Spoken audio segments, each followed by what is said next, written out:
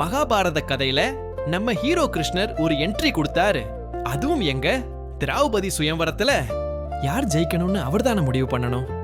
அர்ஜுனன் வில்ல வளைக்கும் போது பிளான் படி எல்லாம் நடக்குதுன்னு ஒரு கண்ணடிச்சார்.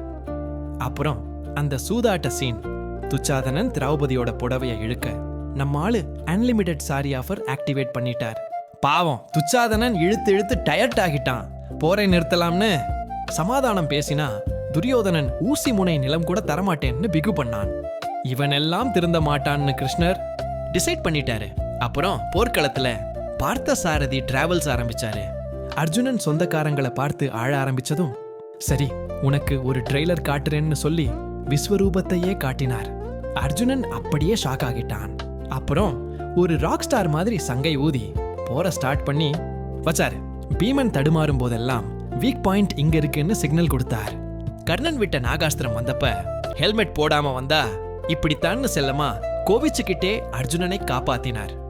கடைசியா போர் முடிஞ்சு எல்லோரும் நிம்மதியா இருந்தப்போ, அப்பாடா ஒரு வழியா இந்த சீரியல் முடிஞ்சதுன்னு ஒரு பெருமூச்சு விட்டார். கடைசியில ஒரு சின்ன அம்பு கால்ல பட்டதும், சரி அடுத்த அவதாரத்துக்கு டைம் ஆச்சுன்னு சிரிச்சுக்கிட்டே இந்த உலகத்திலிருந்து லாக் அவுட் பண்ணிட்டார். இந்த கதை உங்களுக்கு பிடித்திருக்கும் என்று நம்புகிறேன். இது போன்ற குட்டி ஸ்டோரிஸ்களை நீங்க பார்க்க விரும்பினால் எங்க சேனலை மறக்காம சப்ஸ்கிரைப் பண்ணுங்க. உங்கள் ஆதரவு எங்களுக்கு மிகவும் முக்கியம்.